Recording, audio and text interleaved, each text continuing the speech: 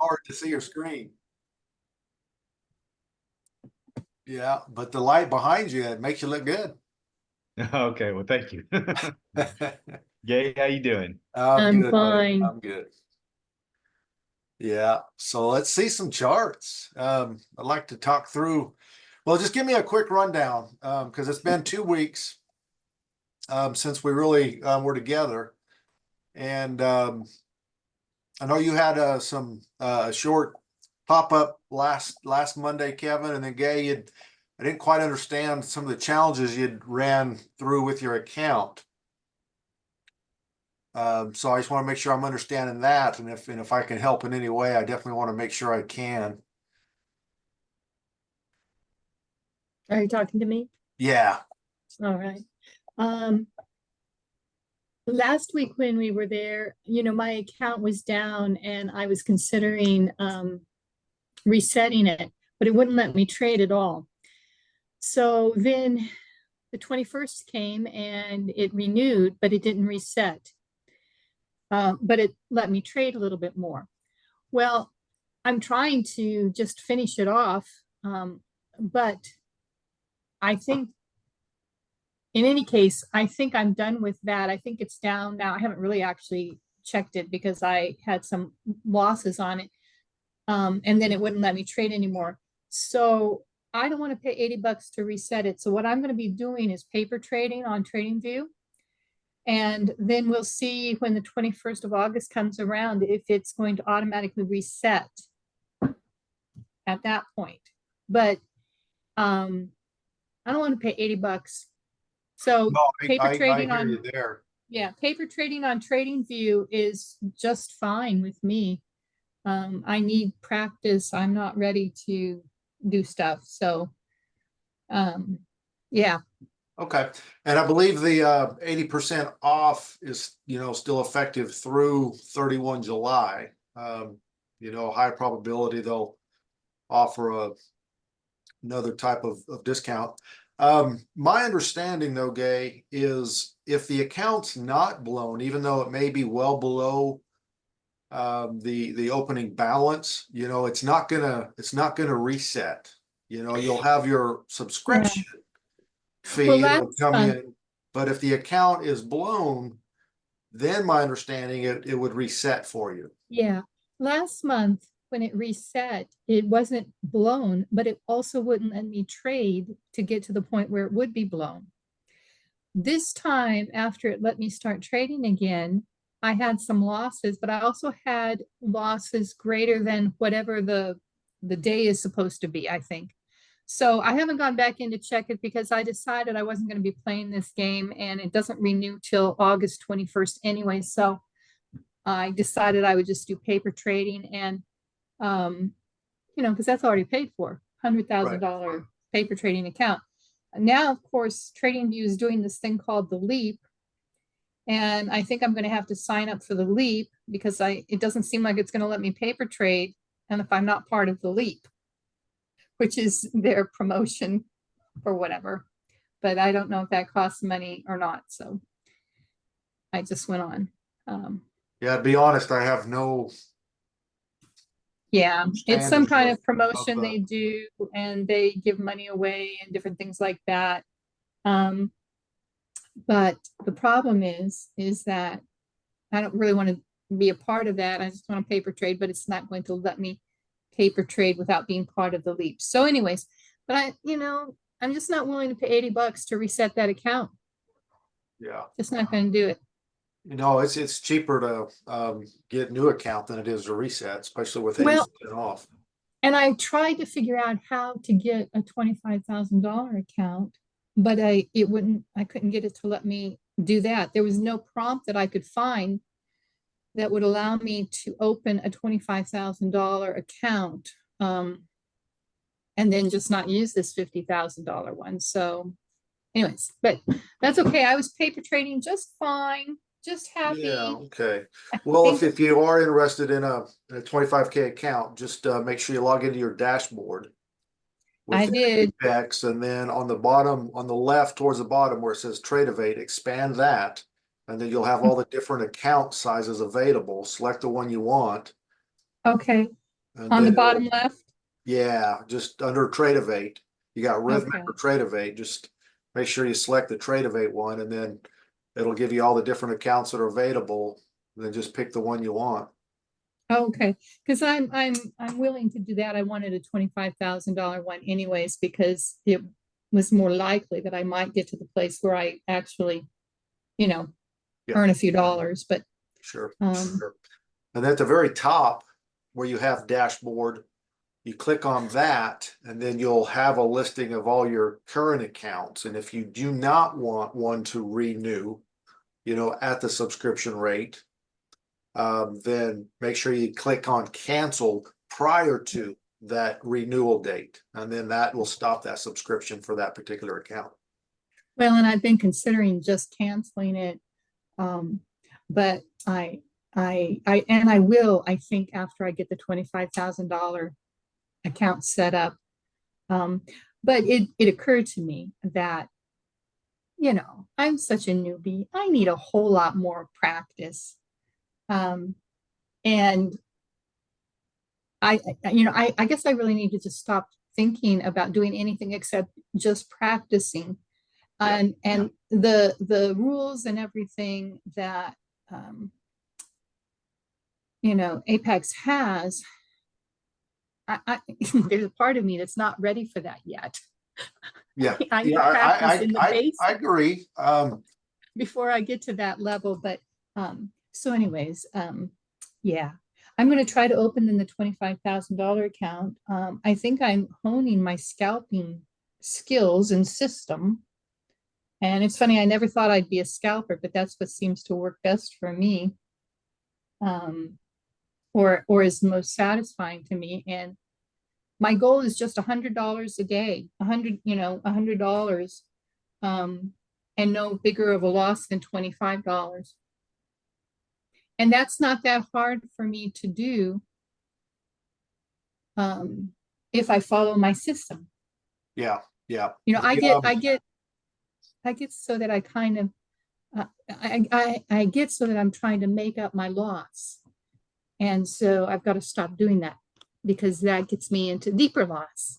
I just need to chill. And like yesterday, I made $125 and I stopped. I was done for the day. And that's kind of what I need to have. That's going to be my system, is that when I reach $100, if I do reach $100 in a day, I'm done trading, because every trade is a risk. And that's another thing that I've learned. Every trade is a risk. That is correct, but $125 a day, most months you've got 20 trading days. I mean, that's an extra $2,500 of positive cash flow. And that's all I need. I had to kind of remind myself what my particular goals were. I'm just looking for some supplemental income, not for not a job, not a regular income. All I'm looking for is some supplemental income. So I had to remind myself of my very modest goals, and that's really what I want. So I think I'm honing my skills, but I have to stop trying to make up losses and in a trading session. If I've lost money and I'm going to, $25 to $50 per trade for a loss, and I'm only going to allow myself to do 3 to 6 trades scalping. And if I haven't made my $100, I'm done anyways. So for me, it's kind of a matter of the discipline of being done when I'm done. Yep. Yep. Yeah.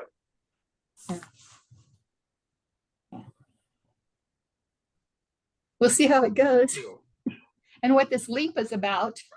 Well, I don't either. And I think I'm kind of, my hunch tells me that you might be just kind of like caught in a little loop.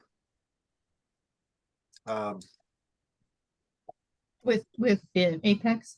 Yeah, with TradingView, meaning I don't think you're required. I don't know what the leap is, to be honest with you. It's paper trading, your chance to grab a piece of $45,000. The top 250 traders will get real money prizes.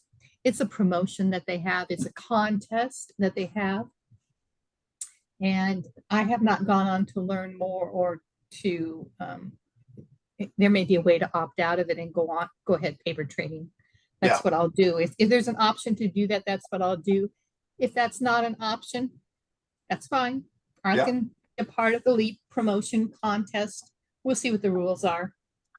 Yeah, and that's what I am just, my gut tells me that you get out of that LEAP path. Absolutely, there's no no requirement to participate, you know, in what they're offering, you know, free to paper trade. So that is something, if we want to take offline or something and kind of just go through TradingView, we definitely can. But I struggle with that being a requirement for you to be able to paper trade. Yeah, I wouldn't think, I just need to read what it says about the program. I know it was doing this contest a few months ago, and the prompt keeps coming up and won't let you do anything, but I never did hit the learn more. And they were almost done with that particular contest. So I felt kind of stuck, but I was trading on, you know, on Trade-A-Date, so it didn't really matter that much. But okay. How comfortable are both of you guys with Ninja?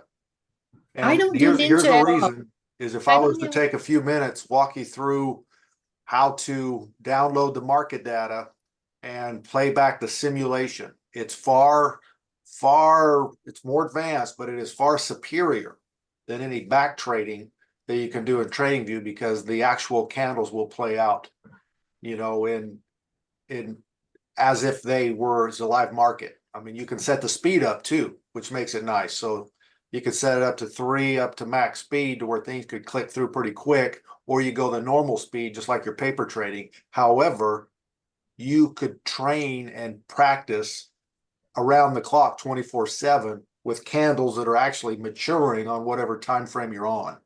It's the most powerful personal training that you could actually do. And if we were to dedicate this class right here just for you to be able to set up Apex, as long as you have an Apex account, you have a Ninja license. And so you've got a free training simulation that you could become very comfortable with. It'll take a little time. There's going to be a little bit of growing pains, but your long-term goals are perfectly in a line with us investing some time. It's a different platform that's challenging, but it's a practice tool, a training tool that is just bottom line is going to it has the potential to shorten the amount of the time for you to hit the goals that you desire. I don't know of a better training tool out there than a simulation. The playback in TradingView is good, but it's a whole candle at once. You don't actually get to experience any of the emotion of the candle developing. So yeah, that'd be great. I'm definitely interested if you want to show us how to download that and set that up. I'm gonna so this, if you've got Ninja Trader installed. I don't think I do. So to do that, I would go to Apex. I just didn't need another platform to try to figure out. Yeah. That was fine. But if Ninja Trader is better than, well, let me show you why. Let me actually give you a demonstration. okay. And then that'll maybe explain a little bit more. So I'm going to jump here to the micros on the NASDAQ. That's the chart. And I'm going to, as far as this is a Ninja, and this is what we call the control center. So everything we do in Ninja is really done through here. Under my connections, I've got my, you can see top to bottom, Apex, disconnected, I've got Kinetic on right now because I just went ahead and downloaded even today's market data. So when the market closes, you can actually download the market data from today's session and then go back and just practice. Mm, You mm. know, so, but I can, we download NinjaTrader 8, and then the only thing we would want with this Kinetic end of day, which is free. Okay, so we would click on that, make sure that that's connected. And then we're going to go to Tools. Under Tools, you've got Historical Data. Okay, once you bring up the historical data, you're just going to come down here to where it says Get Market Replay Data. All you're going to do is select the instrument that you want to download. Okay, and the date. So it's one day at a time. But for like MNQ with this current contract, you can see how I've got all the way up through 3 p.m. Alaska on the 29th already downloaded. I could go in as if the market's brand new to me and open and just replay today over and over. It started like at 8 p.m. last night. But again, it's just, I've got multiple days of data. Okay. And the same thing with the NQs. Okay. And that's how we download it. Once we download it, I'm kind of giving you a one over here. We'll go through to make sure you know where to download Ninja, this and that. But I just want to focus on Kinetic and then the playback, because that's really all you're going to need for the simulation. But we'll get Ninja here in a moment. Once we actually download our data, we disconnect from Kinetic and we go back to connections here in our control center, and then we're going to hit playback. Okay, it brings up basically the same looking screen. But now we have this continue button here. So all I'm going to do is select my instrument, and I'll do MNQ, and then we'll do the 28th, which again started last night and went up through market close today. And I'm just going to hit continue here. Okay, so you see everything kind of come alive. So you notice how here I'm in playback mode, so no real money. And I've kind of got a zero realized, zero unrealized. I'm not in a trade right now, so I'm going to kind of minimize this for now. But here's my control to go ahead, jump ahead, speed the playback up. But let's jump. This is like around 8 p.m. on the 21st. So I'm going to grab this little slider and let's just go to like 5:30 Alaska time, which is 9:30 Eastern Standard Time on the 29th. So I'm basically just jumping to where the US market opened up this morning. There's 4:40 a.m. Okay, so this is what it looks like at 8:40. You can see 8:40 Eastern Standard Time, or 4:40 in the morning here in Alaska. Okay, so it's that simple to you just download the data, go into playback mode, and now Gay and Kevin, you can literally just go through all the emotions of the candles themselves actually developing. We're on a 2-minute time frame. I'll hit play. But see, I've just got normal speed here. The candles are actually playing over here on MNQ. You can see how it's kind of developing right there.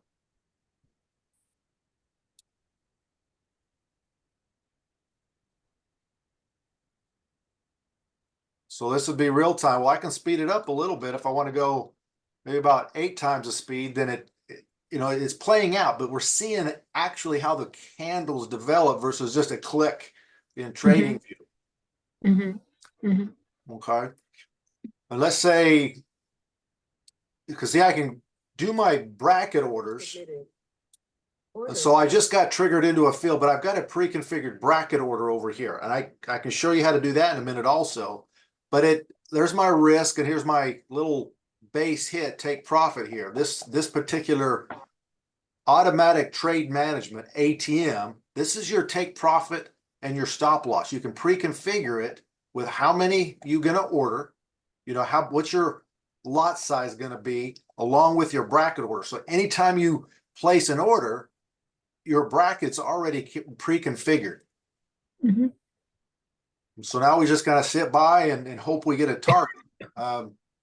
Again, I don't know what the market's really doing here. I just kind of clicked on it, but I just kind of seen a big strong move to the upside, knowing that it's after 4:30, we're just kind of coming back down. So I can pause it whenever I want. But then we can also see we just made, you know, $40. Okay, basically $40, just a quick little trade on the MNQ, a micro, and our preset quantity was 2 micros. Mhm. Very low stress, kind of played the break below this bull candle, but we kind of run into some resistance up here. And again, just kind of understanding the time of day, it's like, hey, it's probably going to be a little pullback. Mm. I mean, that was the real hasty analysis that I did right there. But we've got opportunities to come in here and pre-configure a bunch of different bracket orders. You can give them whatever name you want. You know, if you want to trade 1 micro on MNQ, you could call it, you know, MNQ1, you know. So you can kind of set up, especially with what you kind of shared, Gay, you know, hey, 125 is your goal a day. Okay, so if we're going to trade the MNQs,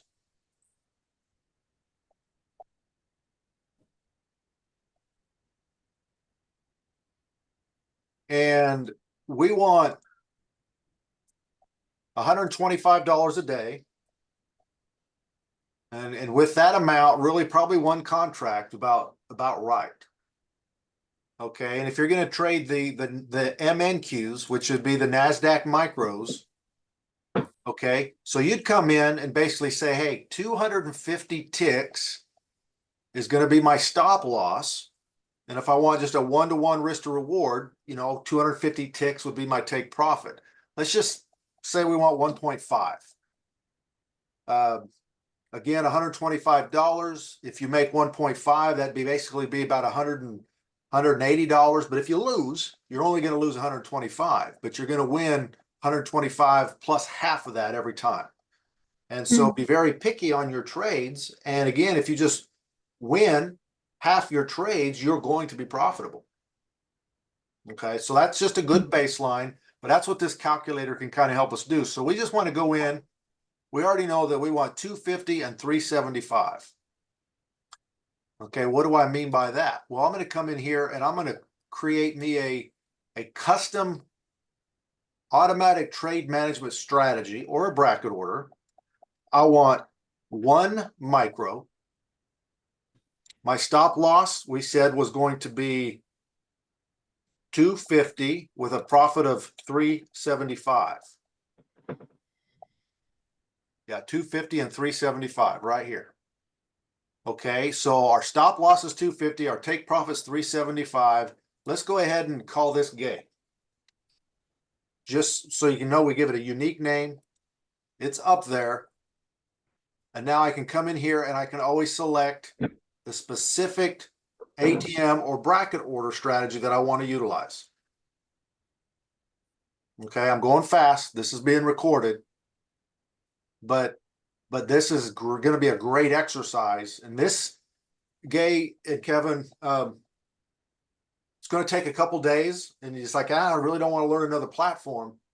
But where we're at within our trading plan is, again, it is time in front of the charts, you know, experiencing the emotions of the candles themselves, wicking up, wicking down.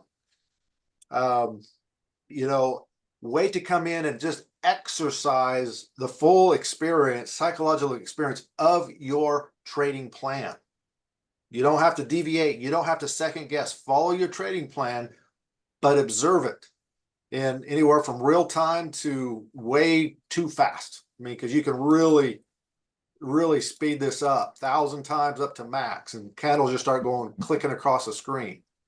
But about 3 to 8, you can trade a lot of 2 and 3 hour blocks of time, say Monday through Friday, in a very short amount of time. And it's a great exercise.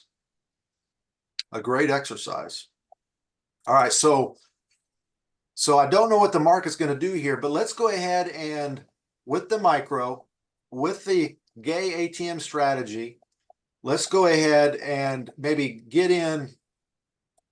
Maybe just hypothetically, we'll get in above this bull candle. Maybe we're going to have a little bearish pullback. I'm not sure. So all I'm doing is on the screen, I'm right clicking, and then I've got my buy and sell options here. So I want to do a buy stop market if price comes back up above this candle. Haven't done much analysis yet. I don't know if that's even remotely right here.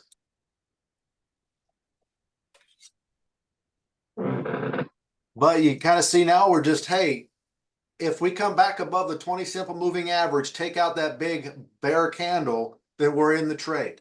We're in the trade with a risk of 250 ticks, which is basically $125 risk. And we'll see what happens. And it's kind of playing out. We can speed it up a little bit. There's 8 times the speed. There's 10. Kind of got a little sideways chop going on here, but we're approaching like 09 Eastern Standard Time right here. We're pretty extended above our 10 and our 200 simple moving average. So probably looking at a little move down probably before we're going to go up. Just kind of looking at a little bit further and just understand the time of day. However, come up here to this little pencil, look for line. Now I can draw a little trend line or something if I want, but I can kind of see how my 10's kind of holding right there anyway. But you got all your drawing tools, just like you have in TradingView, just right up under this pencil. Pretty what I'm looking for. It takes time to get comfortable with it, but I think Ninja's easier to navigate than TradingView, to be honest with you. Let's go ahead and cancel out of this order. So I can come up here to the right. I can click on close. It closes that order. I'm just going to kind of cheat and see exactly what it did this morning so we can have a more intelligent conversation besides guessing what's going on. Well, but that's what we're doing when we're trading. Well, it is. But I want to introduce Guessing. the software to you more than anything. Yeah. So we'll do like we're saying we're going to bounce off of this 200. So we can come in here and do like a buy limit, off of this 200. And again, our risk is just 1 micro, and we looked at it again. It was 250 ticks.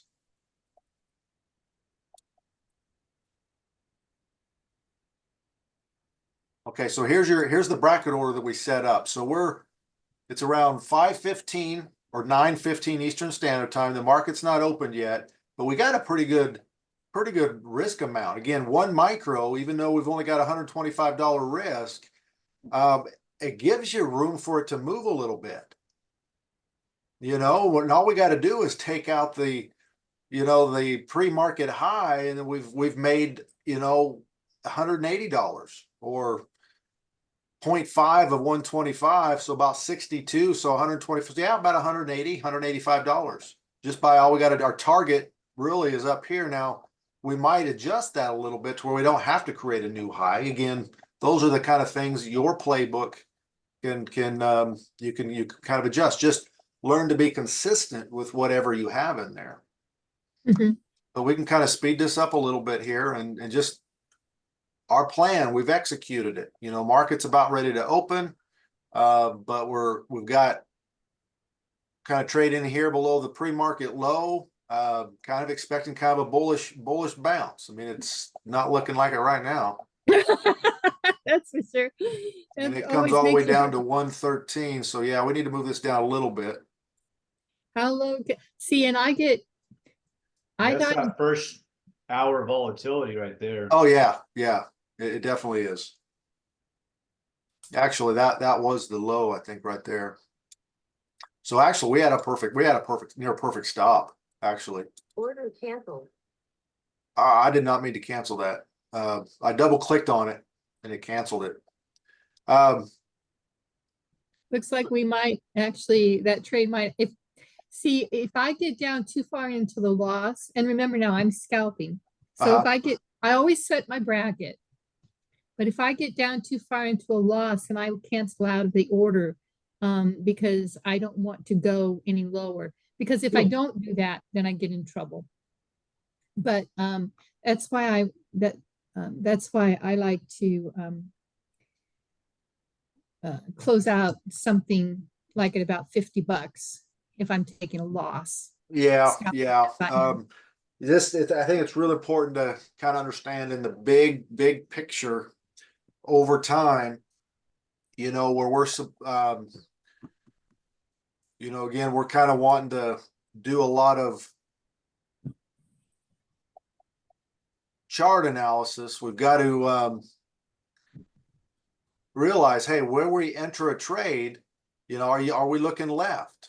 And so you've got to realize that, hey, your stop down here, probably below this point, is valid. And you're really not wrong in the trade until price comes down here. Yeah. So a couple things to think about. You know, if we really do think that this is support, then we don't necessarily want to get in up here. We want to get in down by support. Right. Okay, so now if your stop's clear down here, now your risk is much lower. And if you take out this low and it kind of keeps going, then you can say, okay, I was wrong on the trade and I want to reduce my losses. Not a really good example, but this one here, our stop come all the way down to this Globex low and it bounced right off and went up. So our stop was good. We didn't need to say, okay, we got down below $50 because, again, kind of looking left, we had a good stop. If we would have come out below this and it would have kept going down, then we would have said, okay, we were wrong. And then that's where we want to cut our losses. So in this scenario here, we would be looking at getting in more down here around support. So if we would have put in our order here, let's see if we can't. So I have a very specific question. Yes, sir. On this example, if you were doing the 10 EMA strategy there, and we've hit that pivot point, and the market's going long now. We're talking down when price was down here. Yes. Yep. Oh, you changed.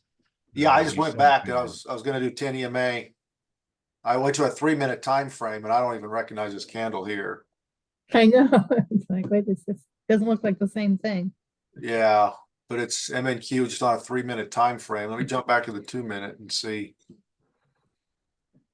I don't remember seeing that a minute ago. That's weird. But Yeah, that paints a very vivid picture right there. If we had the thing is we didn't even have news this morning. I just didn't see that a minute ago, but right there it tells us where to put our stop. You know, and again, kind of looking back here, but I want to follow your 10 EMA question on which time frame, Kevin? 3-minute.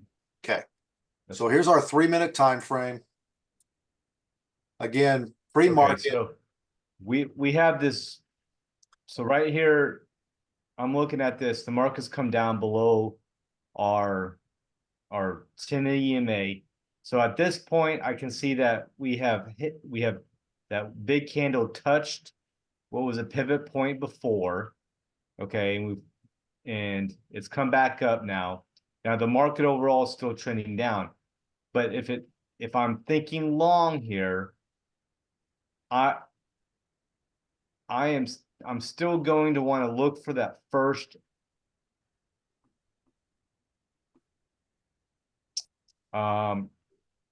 the first bear candle after it goes above the 10 EMA. Right. That is correct. And to take it a step further, if you're feeling bullish, then another thing you want to do, especially again, I'm kind of picking apart a bad time frame because we're 30 minutes before the US market opens, but you want to say, hey, if you want to go long, you know, on a 3-minute time frame, we don't really have a bull candle presenting yet, but we've got to kind of pay attention to these let's see here, these areas of support. So we've got right here around the 200. Yep. We've got to watch this area here.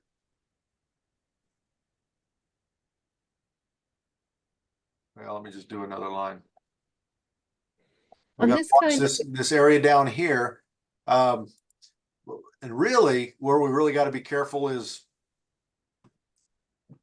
like this pre-market, you know, low and high. So we kind of really want to watch this area here.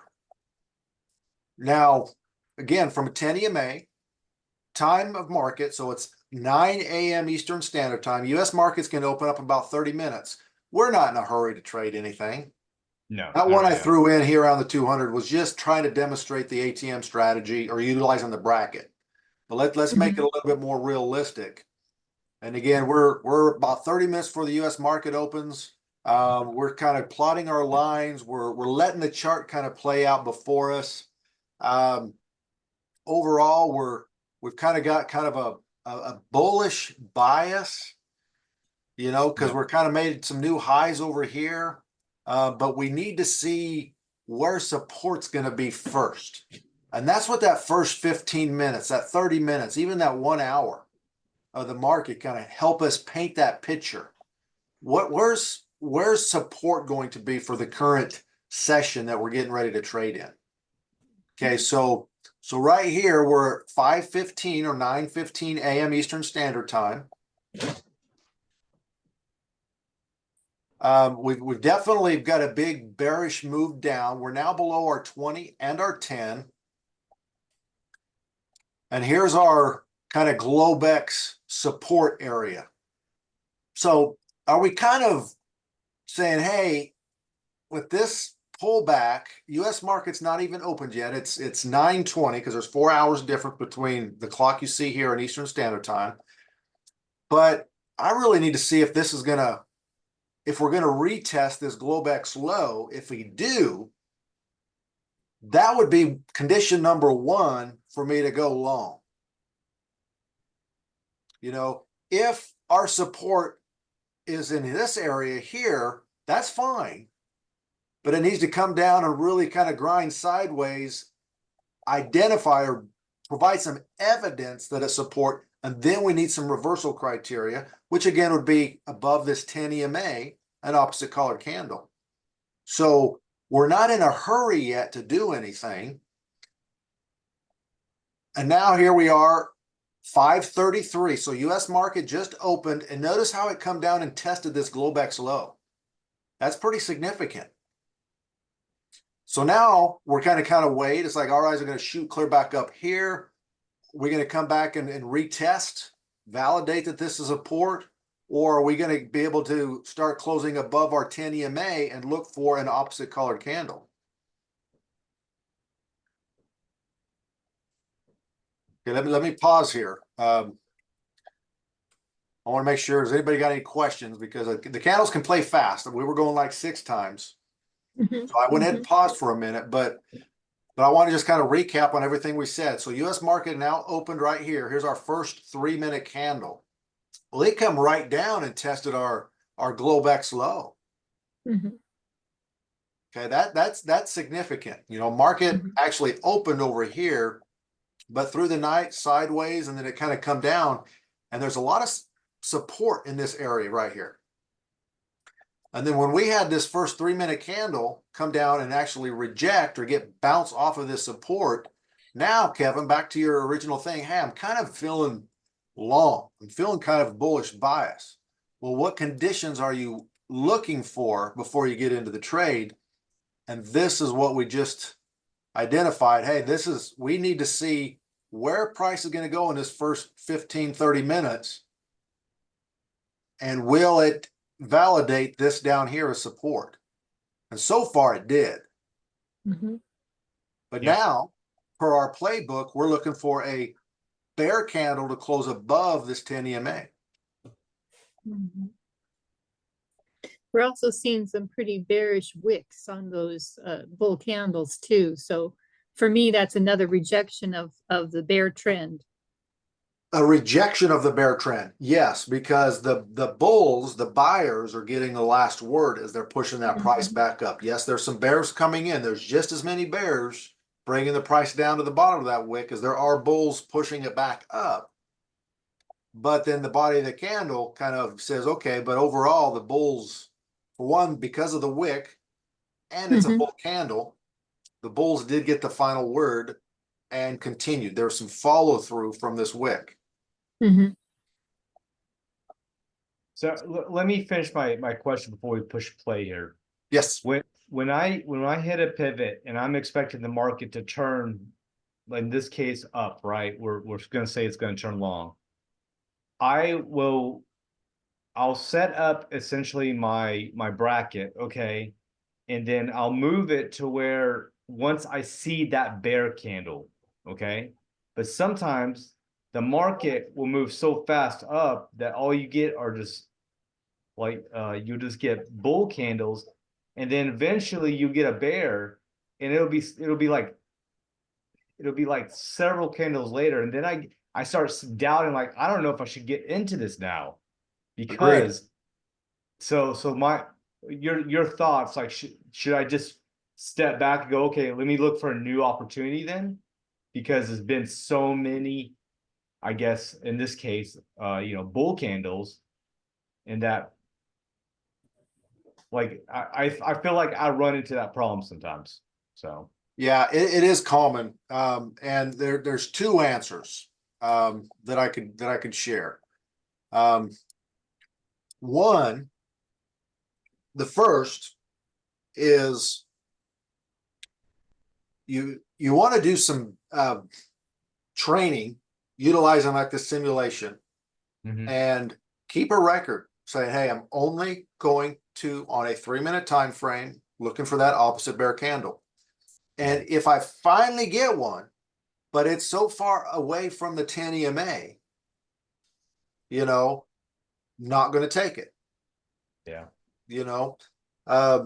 Because that's really the thing is we're really looking to get in as close to the 10 EMA as we can on that opposite color candle. That's a nuance, but very important, from a 10 EMA strategy perspective.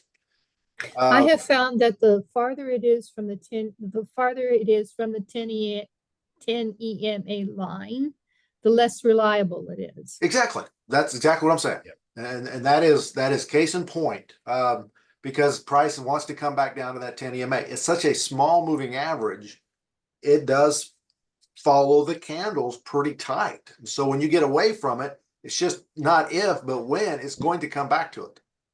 And so that opposite color candle, we want to kind of have a good sense of what the short-term trend is. We want interaction with the 10 EMA on that candle, and then we get in above it. And we're playing the trend and we're playing the momentum. But above it, and again, does our rule say, hey, it needs to be really close, or we want it actually to interact with the 10, like a wick or something? That's subjective, but what I believe is a very valid rule is, hey, it needs to be in the vicinity of at a minimum. Okay, so that's one answer, is be consistent on how you execute, but only give it some valid or some serious attention if it interacts with that 10 EMA. If it's really extended, because you had bull, bull, bull, bull, bull, and then you finally had a bear candle. It did get away from you on the 3-minute time frame following your playbook. Number two, this is something that I do quite regularly, actually, is I will switch over to a 2-minute time frame. because here's what I'm looking for from a 10 EMA strategy perspective is I'm looking for a pause in this big push down. Okay, so now I do get an opposite color candle that comes back up, but it gets rejected, below the 10 EMA. So if I'm feeling pretty strong in the direction that the price is moving here, and I do want to get in on 10 EMA play, I will jump over to the 2-minute time frame, because you're going to see different colored candles in the smaller time frame that you may not see on the larger time frame. So look at this candle here, beautiful below 10 EMA. And if we were to get in below this candle, that was a beautiful setup utilizing a 2-minute time frame. Now let's look at the 3-minute time frame. And see here, we just did not have any opposite colored candle all the way down. And that's what you're talking about, Kevin. Yeah, yeah. Yeah. So I have done that strategy. Like sometimes I'll be watching the 5-minute on TradeView, and then I'll be like, okay, I'm not seeing it, so I'll switch to 3-minute, and then bingo, I'll see that opposite colored candle, and then I'll play it on the 3 at that point. So those will be my 2 answers to that question. Number one, if you're still on the 3, be consistent. We don't want to chase. And if you've got, say, 4 or 5, even maybe 3 or more solid bull candles already up above the 10 EMA, then you finally get a opposite colored or a bear candle. I would say, hey, I've got too much of a bullish move. I'm too far away from the 10. I'm not interested in that candle.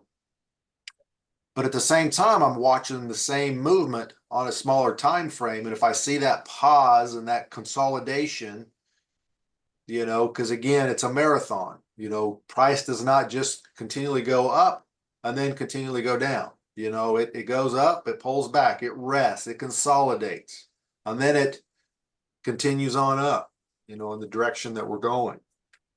So that's the responses I have to that question. And they're both valid. And having a simulation like this that you can use, even in TradingView, just to go back and look at, say the first 2 to 3 hours of the market and just look at a 3-minute time frame. Hey, pre-market low was support. So how do my longs play? And only look at the 3-minute time frame and record the success of, say, hey, 20 10 EMA trades under the same conditions. You had a good bounce off of support, a good bullish move at the open, or you waited for that bullish move to come down and retest the opening low or the low of the day. And again, that's where you look at that 30 minutes or 1 hour. Journal it, just do some tick marks and identify it. And then look at the same days and say, okay, I didn't get in trades on these days because I really didn't have my opposite colored candle present where I wanted it. Well, then look at it on a 2-minute time frame. And then if you have more winning trades under those conditions, again, going bullish, you did retest the opening range, or Globex low.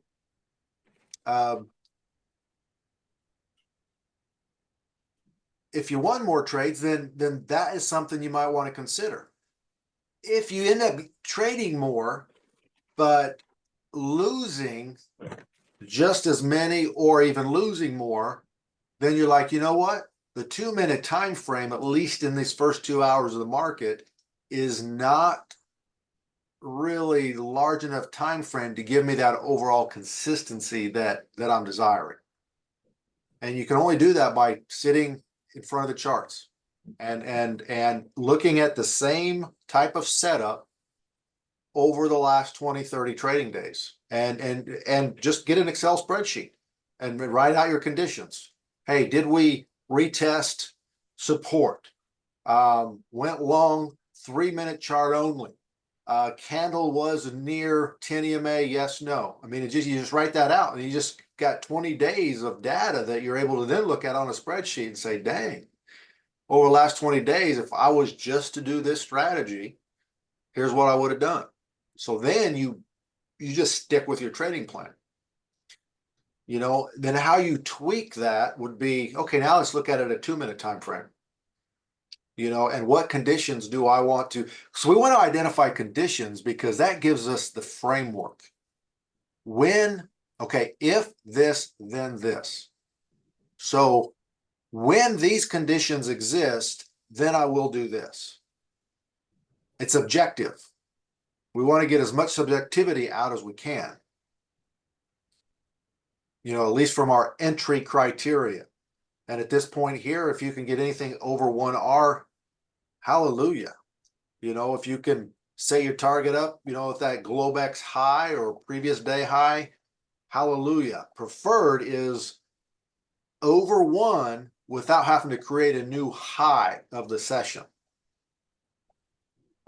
If you can get a good reward of greater than 1 and not have to make a new high for the session or a new low for the session, generally speaking, you've got a very good entry area, an entry zone with an opportunity for a good reward.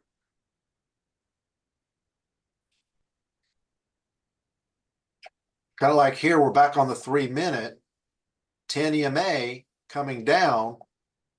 Nice. And again, Gay, you were just on point. Hey, these wicks kind of made me not so comfortable to go bearish. Hence the reason we've got a bull candle closing below the 10 EMA.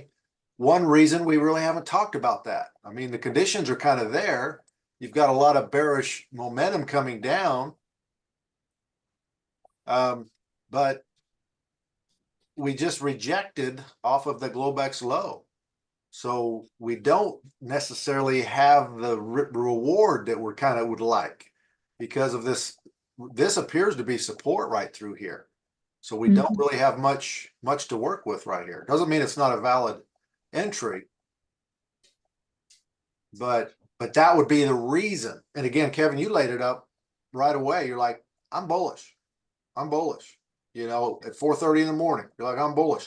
So like, okay, if you're bullish, let's validate your thesis of going long once we confirm where support is actually going to be. And that's what this first 15 minutes, well, actually right here is, yeah, 5:39 or 9:40. So basically we just got the first 10 minutes, 3-minute candles that have played. So far, your thesis, your desire to go long is playing out because you have retested, you know, Globex low and kind of validated, hey, there is some valid support down in this area. Therefore, probably looking for some long opportunities if I get some opposite colored candles closing up here above the 10 EMA. That makes sense? Yes. Yeah. Yeah, these candles are kind of coming in kind of weird right now on this playback. It's not. I think it's just because I rewound it right here.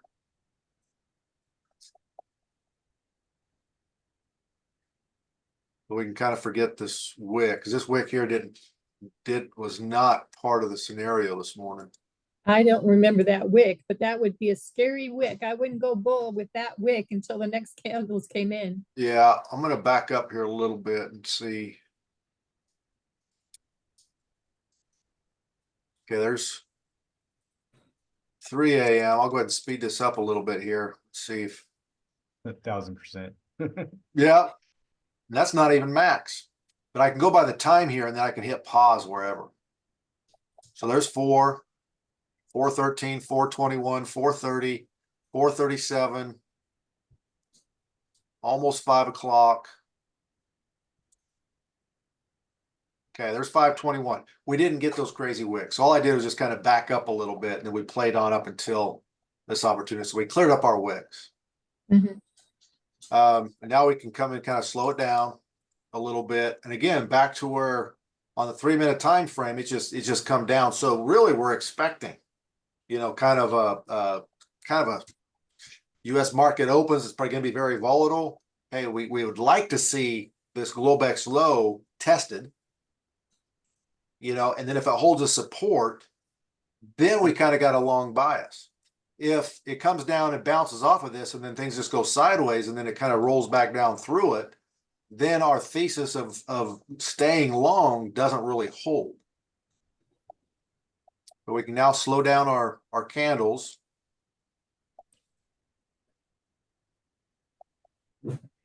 And we're looking right now, it's 5:24. Speed it up a little bit more. 5:27, so we're about ready to hit 5:30 right in here. And then we'll see where support's going to be.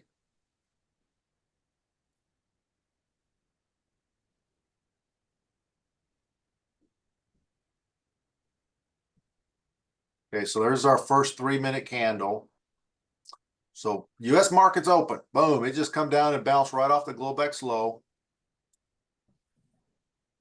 And there's a lot of folks that may have like a limit order set in for something like that. Or if they see that as soon as this wick kind of comes back up, it breached that, they get in kind of above this right there and just kind of, because of the personality of that first 15-minute opening range where things are pretty volatile, up and down, but that's a whole different strategy.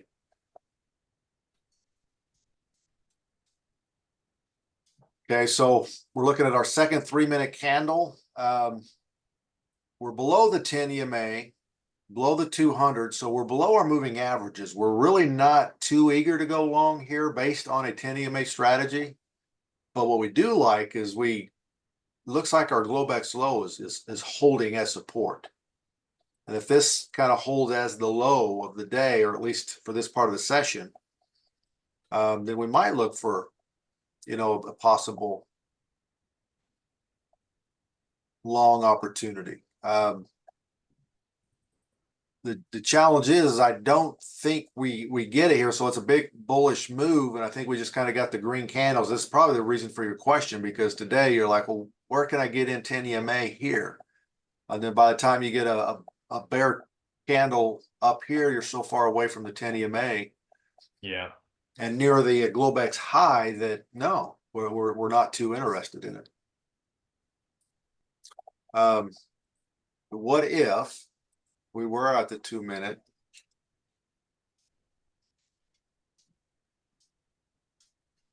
Yeah, now I got the messed up candles again. But here's our 10 EMA 2-minute. You know, we kind of get an opportunity there, but not saying that well, we still didn't. Look at how that bear candle, I mean, it stopped right there on that Globex low, and then it went straight off. That's a really strong indicator right there. Yeah, it is. It is. I mean, 1, 2, 3. These three right here definitely give me some bullish bias, at least from this area. You know, again, once we start getting up here, we don't know, because again, we're getting rejected right now. We can kind of see that, so things are kind of coming back. But we'll kind of watch here and see, okay, where do we? But yeah, we're hitting that resistance right there. Yep, and that's The that previous resistance. So here's kind of our range. So we got a range here. Here's kind of the upper part of the range, and here's the lower part of the range. Is it a range day? And if it's a range day, 10 EMA is going to be a challenge. It's going to be tough. The only trades you can really do is say, hey, if this is the upper limit of the range and it holds, it's valid, and this is the lower, we kind of want to trade between the upper limits of the range and the lower limits until the range is no longer valid. The range is no longer valid when this resistance becomes support, or this support becomes resistance. So we can kind of keep our eye over here. Just kind of watch and see what price does right there. We need a strong breach of that resistance and then a retest for us to go long above it, you know, or say, hey, are we going to trend now? You know, long, you know, is this a very bullish day? You know, right here, we're kind of thinking that, hey, we just created a new high. Now we're kind of going to pull back and we can retest it. And if it holds as support, great. If it does not hold and it holds as resistance, then we're not bullish, you know, at least at this area. So right here, it's saying, hey, it's not holding as support and it gets rejected again. So here's where you start saying, okay, and do I have a double top? This resistance is proven to be valid. Yeah, we breached it, but our retest failed.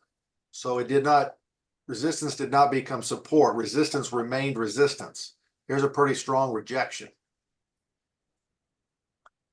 Now, getting in below the 10 EMA, again, is valid, you know. And again, we're on a 2-minute. Let's jump back to our 3 minutes so we can kind of play this out accordingly. We just got to start. Oh man, why are these candles getting so messed up? We'll see if it kind of cleans up.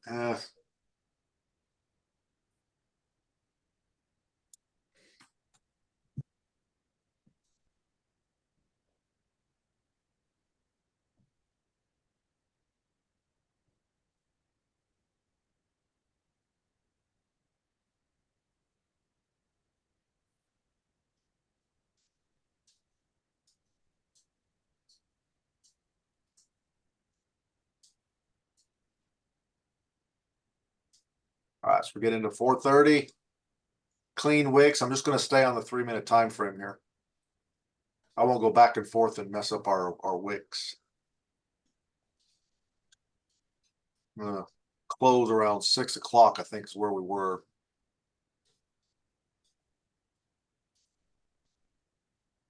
Okay, there's that opening 3 minutes. Could not create a lower low, so it looks like Globex low is kind of functioning as support. And now we're kind of back above our 10 EMA, above our 20. Interesting wick there.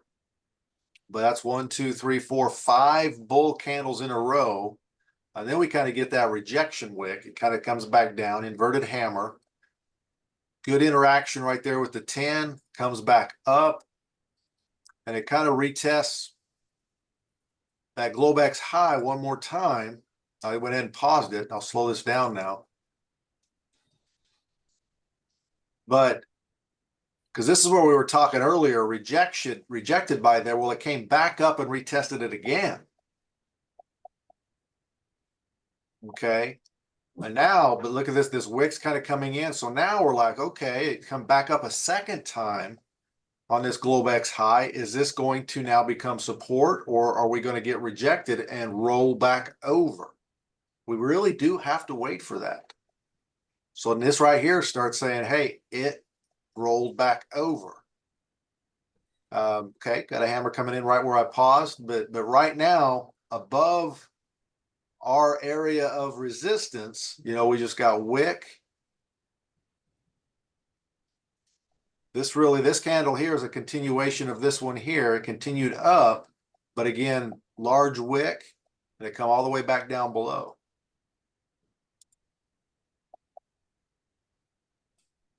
From a 10 EMA perspective, here's your first 3-minute candle closing up. It actually closed below, so everything's kind of reset here. But this right here is a beautiful 10 EMA candle.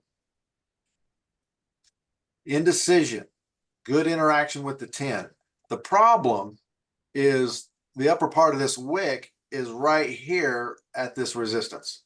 That's why it's not a good entry and wouldn't take it. But now we're just trying to see, hey, is this support or resistance? And so far it's proven to be resistance. And here's another rejection kind of playing out here. Back up, interacting with the Globex high. It's really wanting to, but it's just, we got 1, 2, 3, 4 rejection wicks. It's not happening. So at this point here, I'm like, okay, if we end up taking out like this candle here, or start moving back below the 10 EMA, my bullish bias is not strong. The bulls are just not holding.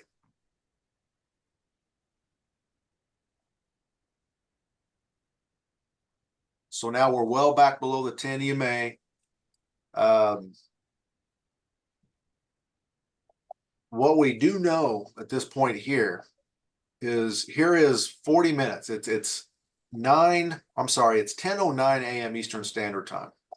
So it's only been about 40 minutes since the market opened. Okay, we've got support here, and we got a pretty strong resistance here. I'm more bearish now than I am biased. And again, now I'm kind of looking left even further. You know, again, we go back a couple days, you know, we kind of got an upward trend, but here, look at this resistance we've got here. And we've got some other lows that could be tested again. But what we do know is that we got a lot of rejected. We got resistance right here. So now we're going to be looking at, okay, how low are we going to come down? And if things kind of come down and back up, we're going to start looking for some lower highs or lower lows of some sort. Then we could start thinking, okay, our bias now is the opposite direction. And then we could start looking at getting in some trades around here, but we got to let it play out here for a little bit. We lose you, Kevin? No, I'm still here. Oh, okay. We just lost your camera there. The sun must have went down in your window.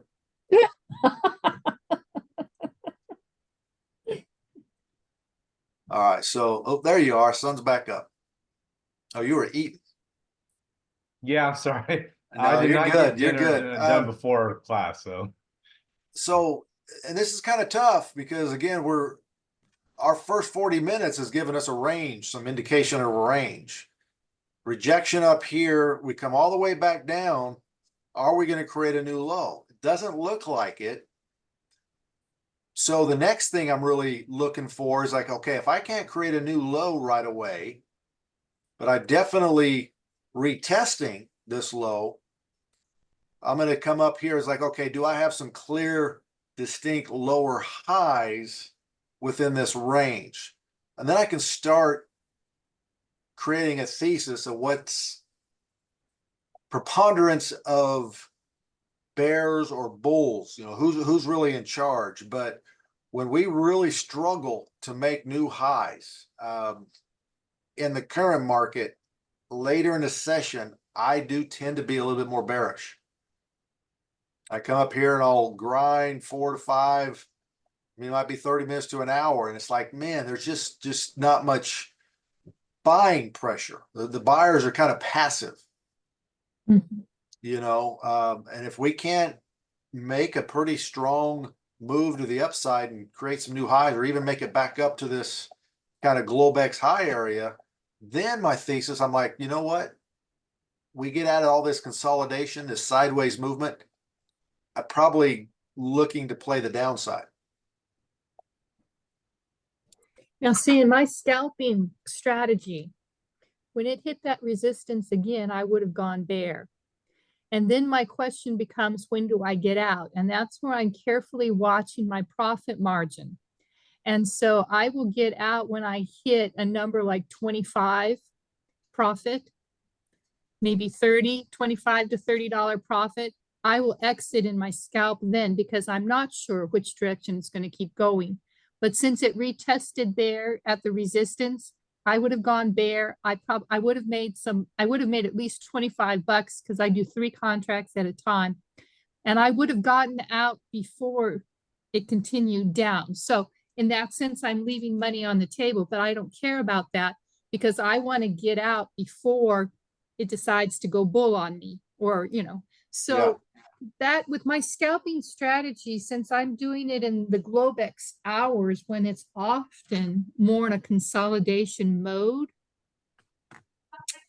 I have to watch my profit and losses very carefully. Even though I put bracket orders in often, I'm really watching how much money I'm making or losing and then getting out early. Yep.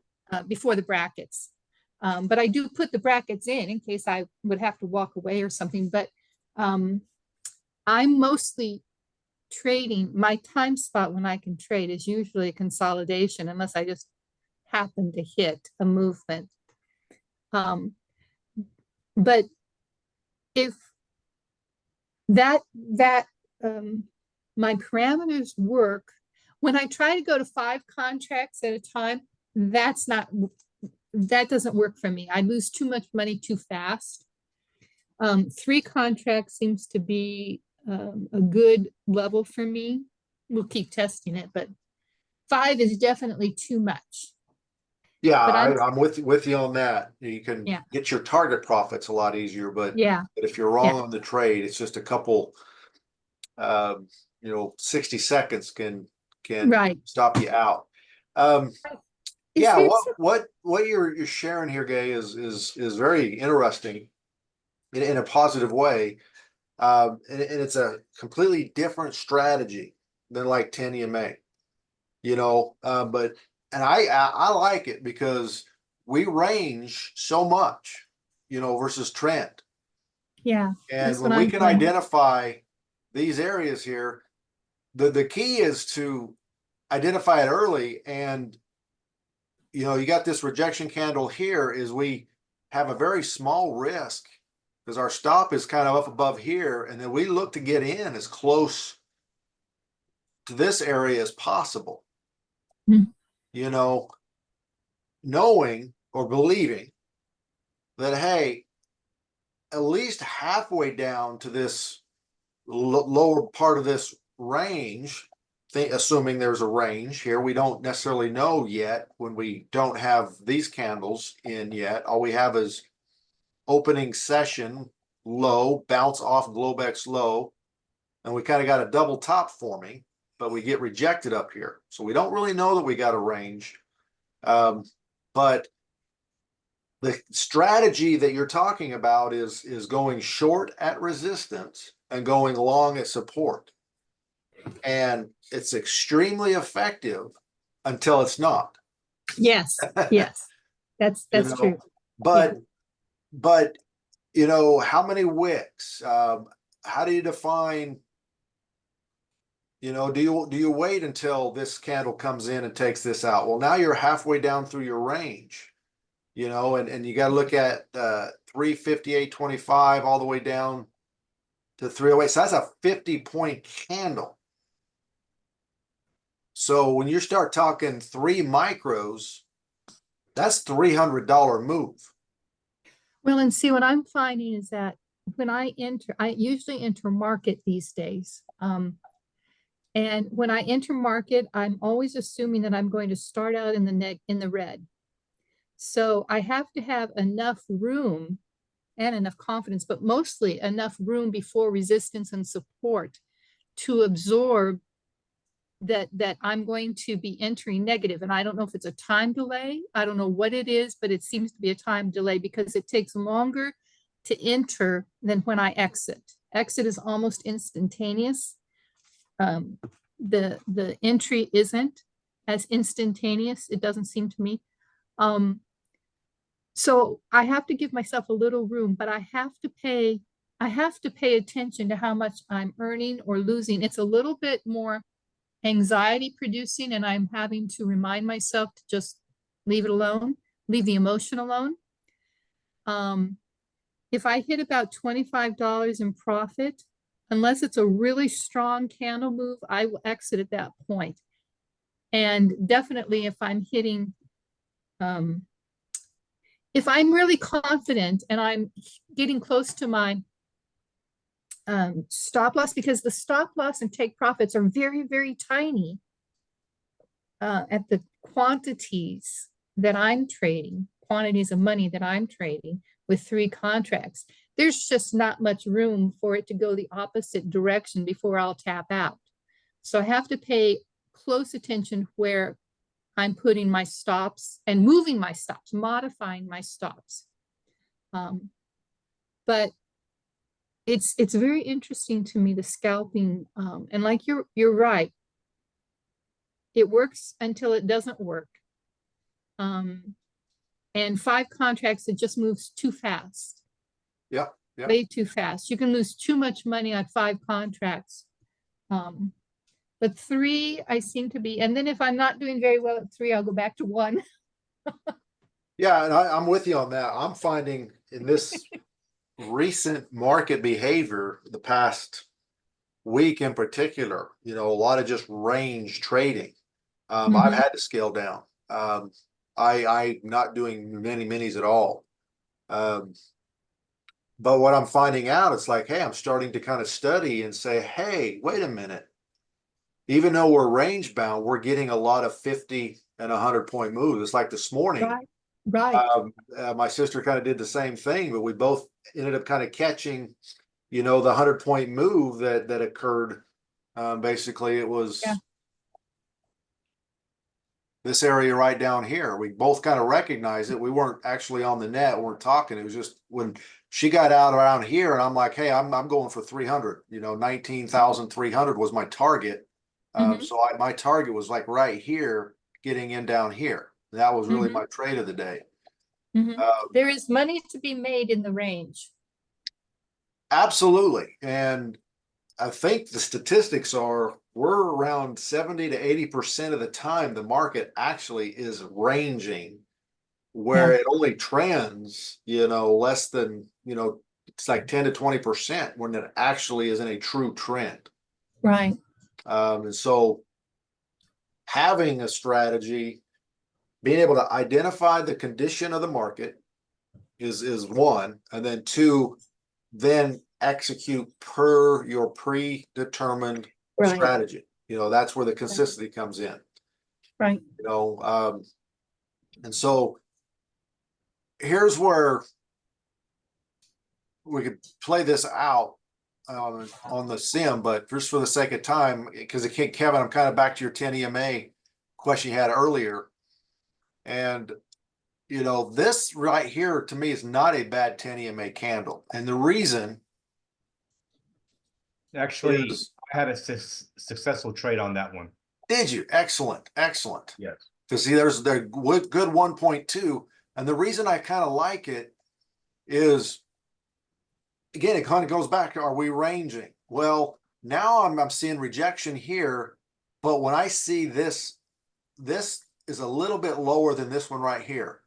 That allows me to say, okay, enough time in the session has come and gone, rejection up here, and we're getting rejected again here, right around our, you know, at our moving averages. And I got 1, 2, 3 wicks. This bear candle comes in. I believe there's going to be some continuation from it. So that is where I would consider 10 EMA. And then stop being right above this wick up here. And yeah, you got a 1.2. So we don't have, this is not good entry because this bear candle closing above, beautiful interaction with the 10, but we're too close to this Globex high. We've already been rejected once. Yeah. Down here, we just kind of see things come back up above the 10 EMA, but we're again too close to our opening session low. So not a valid entry there. So then we have to wait. Okay. Lower high here. Okay. I like that. Here's a good 10 EMA, but still could be a little bit premature. It's this double top or this slightly lower high rejection at this price right here at around 322.75 That's Mhm. what, instead of this one, you could be looking at getting in below this candle to kind of take out the low of this double top. Obviously, here is your criteria met. An inverted hammer doesn't quite interact with the 10 EMA, but it's not clear down here. Mhm. Mhm. And so not only are we trapping some of the bears that were in there, but we're also continuing from this big bear move right here, getting anywhere below here. And basically you don't have any drawdown at all by being patient. And we're not getting in until an hour and 26 minutes after the market opens. But when we recognize this sideways action is such a small, 3-minute candles, that's the nature of the game. That's where patience, PAYTINCE, pays, not PATINCE, but PAY. Patience pays. But there's your 10 EMA setup. Here we're back to where we don't really get that opposite colored candle, but we definitely take out a lot of bears through here, and we got a good follow through from this candle. Yeah, there is the first, you see over there on that that upward trend there, the first bear candles like almost 80% of the way Yep. up. Yep, clear up here. That's why I brought up that question today, because I'm like watching that, I'm like, wow, this looks like a pretty strong, upward trend. And then I'm like, no, we're getting too close to the previous resistance. I'm not jumping in. Mhm. Yes. So even on the 2-minute time frame, we just really don't have that opposite colored candle.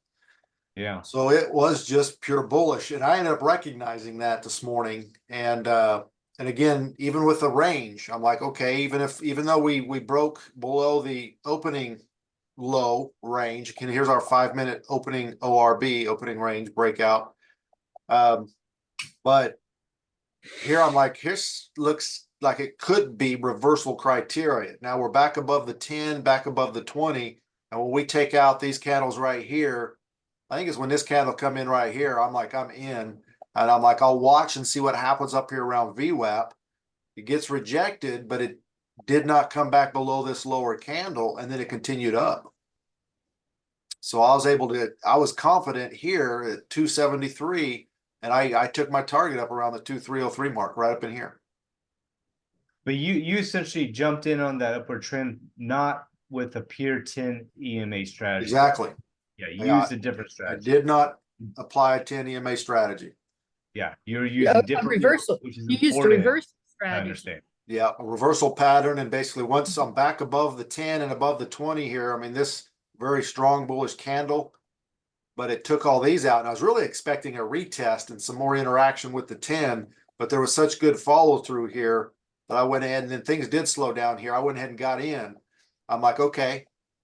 And again, just multiple mornings in a row, a similar thing is happening. Once we take these out, I'm just seeing that over and over again. And this is where then the bulls show up and it's gone. Same thing the other day over here. This would have been last Friday.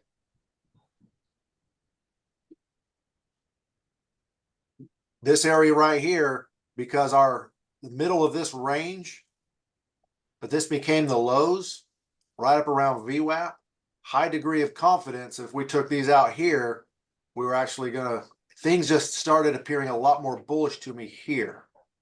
Mhm. And again, 20 simple moving average kind of turned up. Our 10 actually kind of, for the most part, stayed above it here. And so that was where I was saved Friday. Chop suey over here, but just recognizing, hey, the middle of the range is now the new lows. It could have easily rolled right back over here. And so waiting until we basically take all these out. And now I'm like, okay, now we've got some bulls have showed up. And plus I'm above my VWAP. I'm now above all my moving averages, above my 100, my 20, my 10. So that's what I was looking for there. And so let's look at a 3-minute time frame. Jake, let me ask you a question. Yeah, go ahead. are there certain times that you're trading or like, I'm not willing to sit in front of my computer for a long time. That's where if I had an alert of some kind that said if it makes a $50 move or a 50-point move or something, look at your computer or something. Do people do that, or are you sitting there observing for a good part of the day?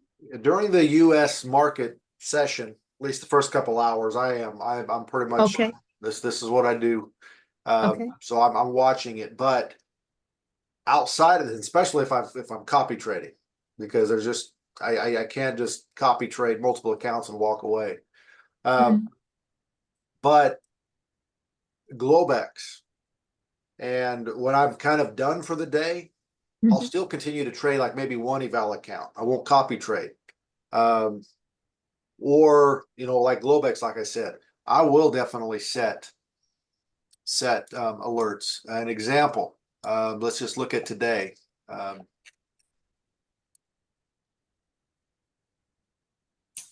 Okay, so here kind of things are kind of now we're back up above the 20 simple moving average. Okay, I could come up here, grab just like a ray or a line, plop that right on the VWAP, and I'm going to see this little alarm clock. I'm going to click on alert. Okay. And then so crosses horizontal ray Well, there you notifications, go. plays There a you- sound, sends an email, Okay. pops up in the app, and then I can choose the different sounds that I want. Okay.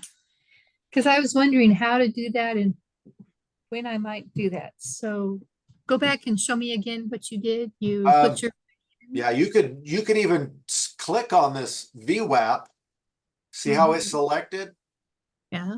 and then right click on the VWAP and then add an alert on VWAP. Okay. Click on the alert and then so it's crossing the value of VWAP.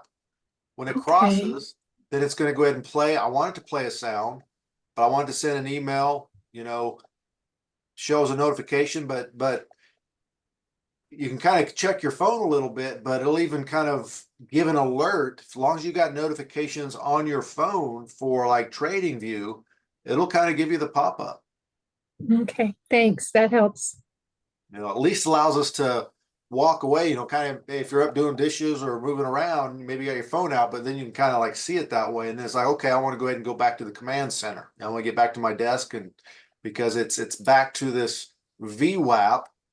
And if we breach VWAP and then it becomes support, well, now I might be looking at going long, here in Okay. Globex. But if we get Very helpful. rejected, then I'm going to be looking at remaining short. Thank you. So, Very helpful. all right. One of the things I wanted to kind of highlight, again, back to you, Kevin, was so this is 3-minute time frame NQs. Yeah, we talked about this one here, and then we had this big strong breakaway. This bear candle closing above the 10 EMA. There's two things we don't really like about it, potentially. One is we're a long ways away from the 10 EMA. Two, we've had nothing but bull candles, and now we're getting up towards this resistance. Yep.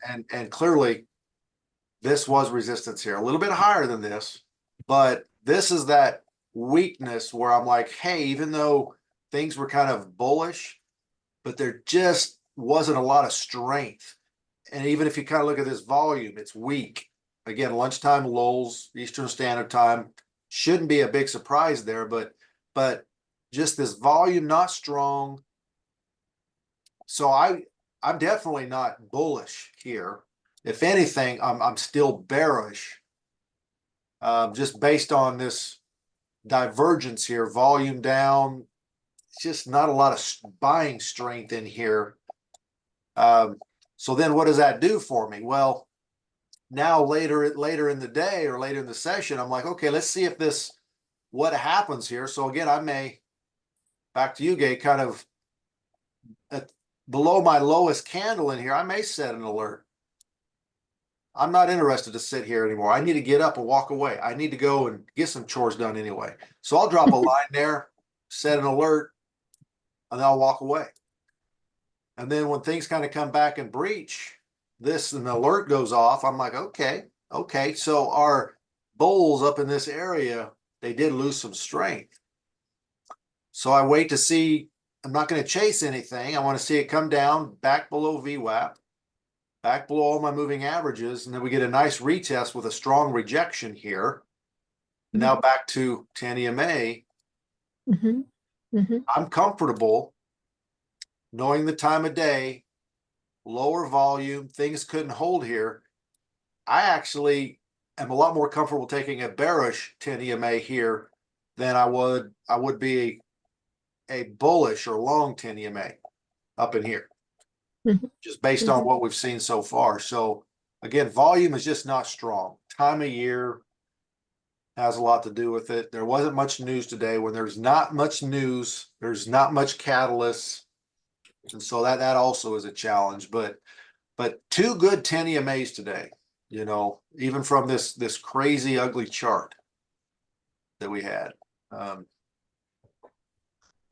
So any questions? And that was just a light introduction to Ninja on the simulator. I wanted to kind of just make your mouths water a little bit.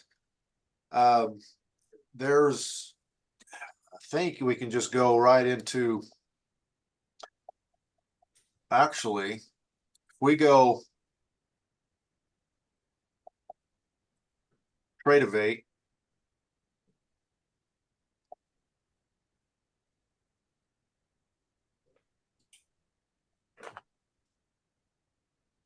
This is going to be probably the easiest way.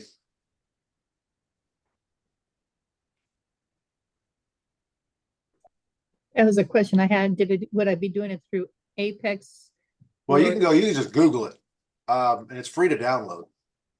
Is it? But the nice thing is as an Apex, you want to utilize your Apex credentials, your Apex username and your Apex password when you log into Ninja, because that's the license that will carry over, because it is free.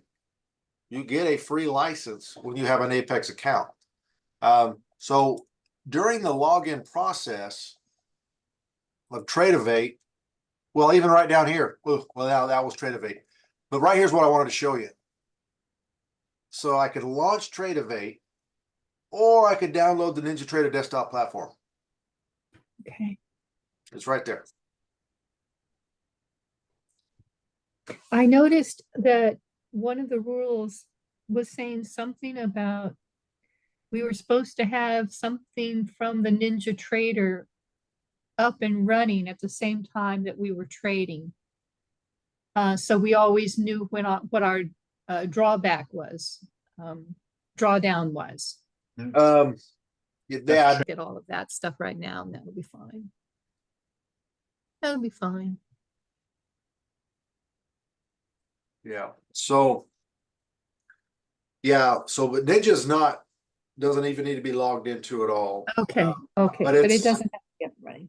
But it's a far more beautiful, simpler platform to trade off of when you're familiar with it than it is Trade-Evate. Is it? Yeah, it Well, really is. yeah. Yeah. And to be honest with you, it's even far superior than TradingView. It's just you've gotta. I like the with TradingView.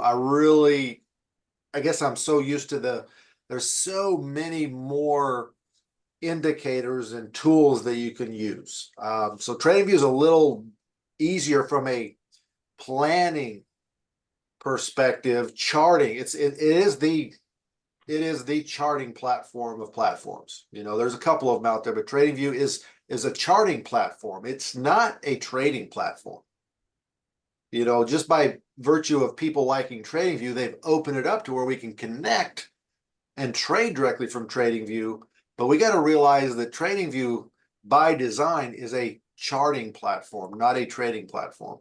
Ninja, on the other hand, is a combination like TradingView, but it is actually a trading platform. It's designed for you to get in and execute trades. And that's where that ATM tool is so valuable. You've got all your account management, just to drop down on which account, this and that. So long-term success, I believe for both of you, one of the options is you don't have to rush because TradingView is so good, and it's allowing you to continue going forward. But Top Step, Blue Ski, Apex, those are the three prop firms that I've used, and all three of them integrate with Ninja, and all three integrate with TradingView. I share that just to say, hey, if you were to invest some time to learn Ninja over the next couple weeks, I don't believe it's going to be a wasted skill set to have. It's going to give you more opportunity in the long run. That makes sense. Makes good. Yeah. And I love the simulation. That's wonderful. And the simulation is really my plug for this week. Say, hey, what is probably one of the greatest values that I could offer for your sustainment and long-term training, and that is to help you be successful to be able to set up that simulator within the Ninja trading platform. So homework this week. Again, if this is something you want to kind of wrestle with here in the short term, is to watch some YouTube videos, install the Ninja Trader platform, and then this video here. Once the Ninja Trader platform's up, just remember that this is your control center where you got the tools, your connections. That's your control center. That is your brain. You're going to basically execute everything from the control center. And then really, if you get to the point of, this Kinetic, which is free, where you then look at the video, see if you can't download some historical data, and then disconnect from Kinetic, go into the playback mode, and you should be able to start doing some playback. If you can just download a day and play it back, that is a win, because then you could just get in the habit of downloading, the data as a daily chore. That way, whenever you have a free moment or two, you could always just log into Ninja and literally execute your playbook in a simulation environment, which is about as real as you can get. All right, Kevin, any final comments, questions?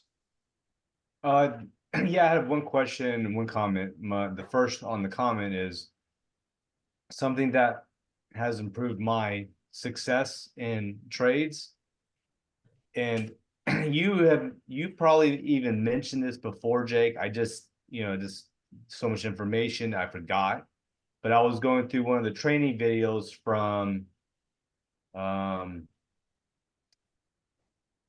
what's his name? RLT. One of the RLT the futures courses that Yeah. So one of the things he mentioned is that he never allows the trade to go negative twice. So I think one of the problems I've been having is that, let's say I'm going long and my buy-in occurs and it goes negative for a while, and then it comes positive, and then it goes negative again. That has been a problem because I'm waiting too long for the trade to occur, essentially. And he made a point to say, hey, you may start out like in the negative where you're buying, like a wick buys you in and you'll be in the negative, and then you go positive, and then it may come down in negative again. But once it goes positive, that's where you do not allow it to go negative again. Yeah, but that's a good catch. And I had two. That's why I was reaching out to you like on Friday, I think, about those trades. That I went negative on two trades on Friday, And then when it became positive, I said, okay, I'm changing my stop loss so I don't go negative again. And one of the trades, I mean, I didn't lose anything that day, but I didn't, but I didn't gain anything per se, but I didn't lose anything either. Mhm, Yep, yep.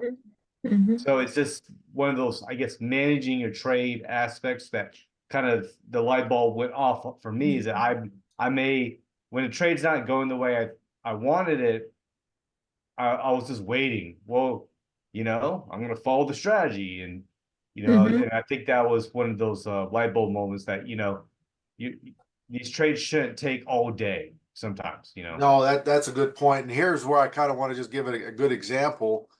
Let's say we're bullish this morning, and we go ahead and get in, even above this.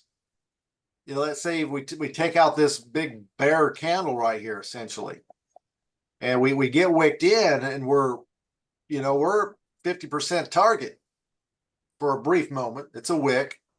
Well, price comes back down. It's like, okay, my stop is again got a good pivot point, not necessarily wrong yet, and it does turn and it comes back up.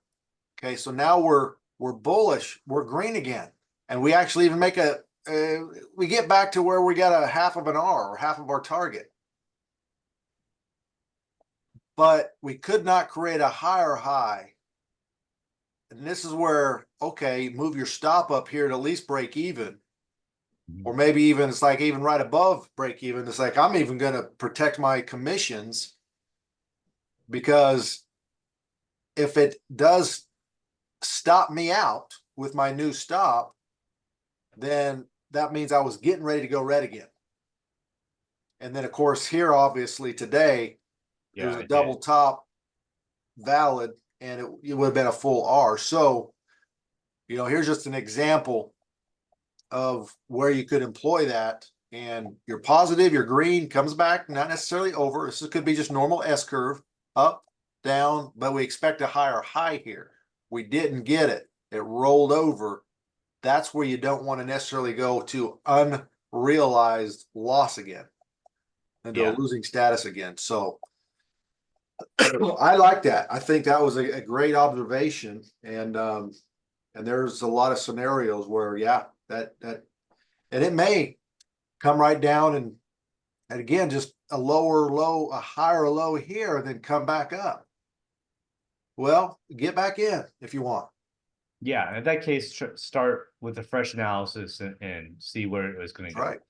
And Because then the last question has, he also mentioned in one of those trainings that he uses RSI as one of the indicators. I was just curious if that's something you use, or do you not find that useful in your trading strategy? I actually have nothing negative to say about it. I don't use it.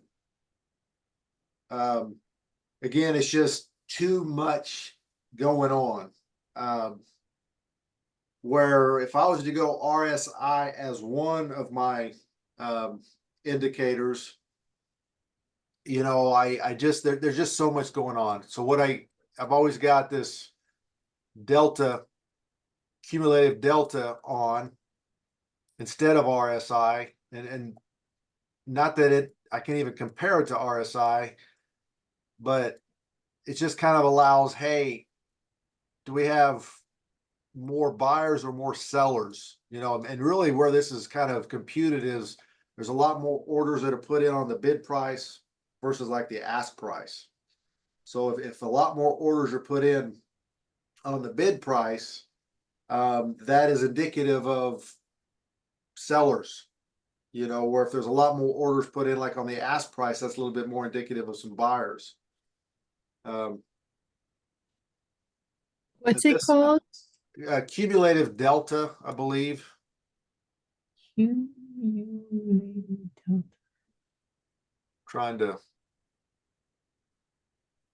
see where, CDV right here, candle. Cumulative delta value, CDV. Because that's a question I find myself asking often as I'm trading. And the volume bars aren't necessarily giving me the answer to that question of who's acting more. Are there more sellers or more buyers? So that might be very helpful for my strategy. Yeah, there's a lot of futures traders that utilize that cumulative delta volume. And so, Kevin, I haven't looked at this, but like this cumulative delta volume slash RSI, you know, I mean, good grief, what's that? I don't know. But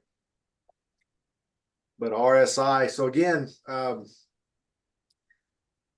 one piece of information that I kind of found interesting here about a week ago I'd heard is, especially like as a new trader, the less indicators that you have, the better, to kind of better understand price action, you know, the trend and you know what the candles kind of represent. And then as you gain more confidence in, you know, one or two moving averages and support and resistance, then you can maybe add some of these lagging indicators. And I say lagging because, again, these indicators are lagging. All they're doing is telling you what's already happened, which you can already see on your chart. But where they can be very valuable is when, let's say, I like to have a minimum of three things, you know, saying, hey, because I always got to ask myself, okay, why did I get into the trade? And if I don't have three distinct reasons why I got in the trade, then I have no business getting in the trade. You know, 10 EMA, okay. 1, opposite colored candle closing above the 10 EMA. 2, I've got a good reward well before I have to make a higher high. In other words, I had a good pullback. I'm getting in following a good pullback, and then I'm still above the 10 EMA. You know, those are really the two main things. And then obviously I make sure there's no news and stuff like that. But well, number 3 is like, okay, how close am I in the vicinity of the 10 EMA? If those 3 things don't exist, then I'm not entering a 10 EMA trade. And so that's kind of where, to me, indicators can be helpful as they become one of those 3 or 4 required confluences or pieces of information that must be present for me to say, hey, this is a trade it's worth getting into.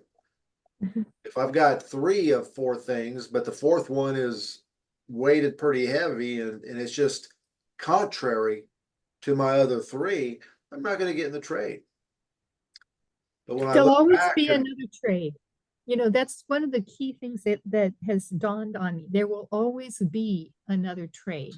Exactly So right. if things aren't lining up the way we want, don't enter. There will always be another trade. Am I closer to support than I am resistance? Number 1. Number 2, am I close to my 10 EMA or not? That's number 2. Number 3, you know, again, if my volume is strongly decreasing and yet price is going up, I'm not getting in the trade. You know, and those are a little bit more advanced, but that is a strong divergence that is very bearish.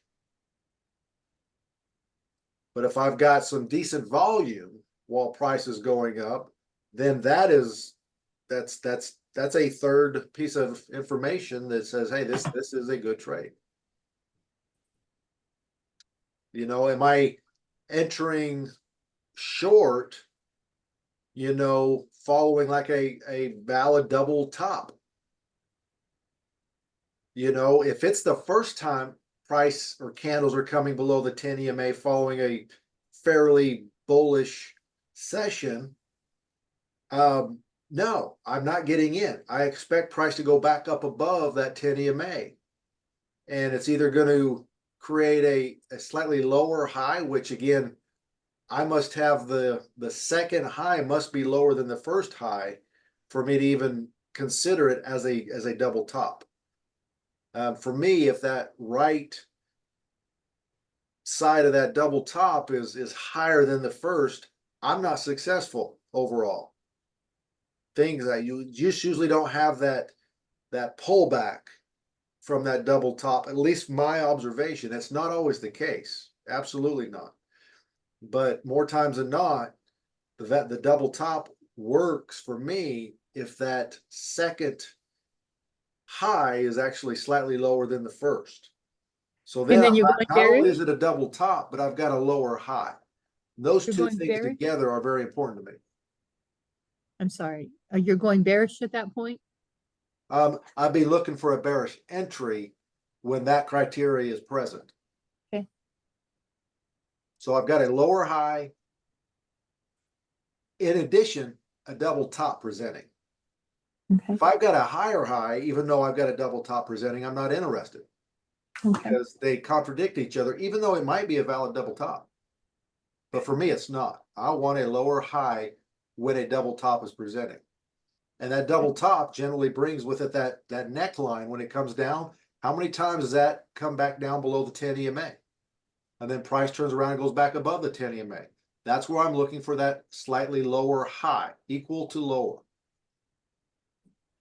And then I start looking at, okay, now my volume is not all that strong unless it's bearish, strong bearish. But if it's not real strong and price has kind of gone back up a little bit, I'm like, okay, the buyers really aren't all that strong right here. And so I will definitely start considering going short, and I'll look for a short entry. So that would be two, I mean, which are two non-negotiable criteria for me. Okay. You know, I want at least three things that tell me, you know, so if I got a lower high, it's a double top, and then I get to trap some bulls underneath the 10 EMA. Those are three, and I've got good reward to support. In other words, I'm in the upper part of the range versus down near support. Those four things right there, they must agree. And when they do, I have an edge. But if I just jump in, you know, got a high and then it breaks down below 10 EMA and I've got a bull candle closing below 10 EMA, jump in, get wicked in, well, you're gonna have to ride it back up to either a lower high or a double top most of the time. Not always, absolutely not always, but more times than not. Just because you're breaking below the 10 does not necessarily mean 10 EMA. Go in the opposite direction. Kevin, what you thinking? You got your thinking face on. On the cumulative, what was that? Cumulative, the CDV. Cumulative delta. Yeah, cumulative. What are your inputs that you have set on that?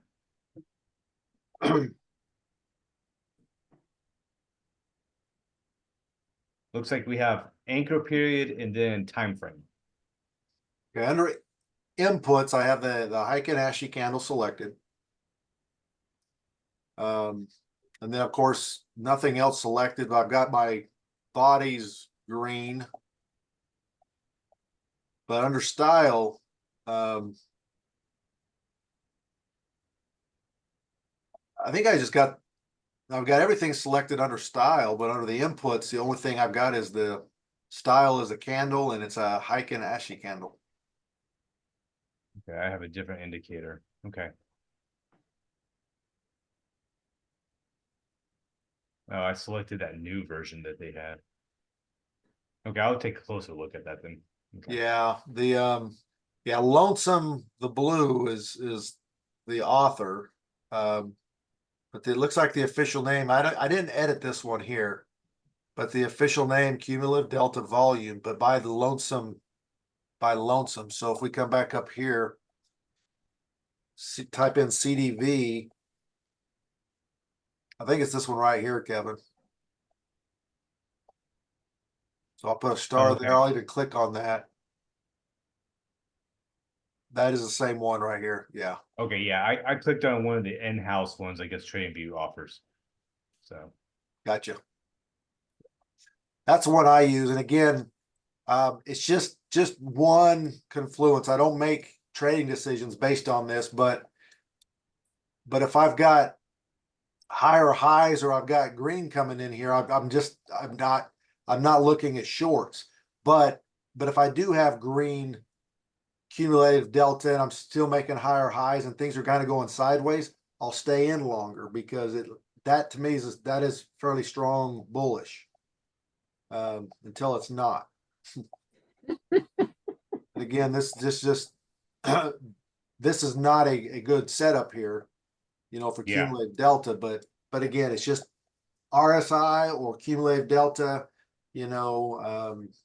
there's just so many different things out there, but RSI, I guess my final response would be, choose one or two that you like that gives you that third or fourth confluence that you want to enter a trade. And RSI is very good because if you set it up and say, hey, I'm in an overbought condition where I'm above 20 or above 80 or above 70, it's like, hey, if I'm not in an overbought condition in RSI, then I'm not going to go short yet. That would be your RSI. Where if your RSI is way down, it's like, hey, I'm at 30 or lower. I'm like in an oversold condition. That's just one of my 3 or 4 confluences that must be present for me to go long. So then I'm waiting for my 10 EMA setup to go long. I'm near support. I've got good interaction with the 10 EMA. Same thing applies. I've got a higher low from basically like a double bottom, and RSI is below 30%. When you have a trading plan that has those definitions in it, prepare to be amazed. You're not going to trade as much, but that's not necessarily a bad thing. But when you do enter a trade, you now have a very defined reason why you got in. You can be a little bit more confident in it. But you do have an edge now when you are consistent with the reason for getting in the trade. And that's really the key takeaway of everything that we've really talked about up at this point is we want to define what the conditions are to get in. Define your trading plan and then be consistent with it. Don't sit there and second guess after you get in and then different targets, different stops every time. I mean, if you're doing base hits and you're scalping, it's kind of a different story. But even with scalping and base hits, the reason to get in still must be consistent, and risk management still must be defined. And how do you, because generally a lot of times scalping, unfortunately, sometimes that risk is greater than the reward. It just depends on how you define scalping. But I am finding there's a lot more people out there than I thought before that do have kind of a larger risk than they do reward. But again, it's such a high win rate of what they're executing that they're okay with that.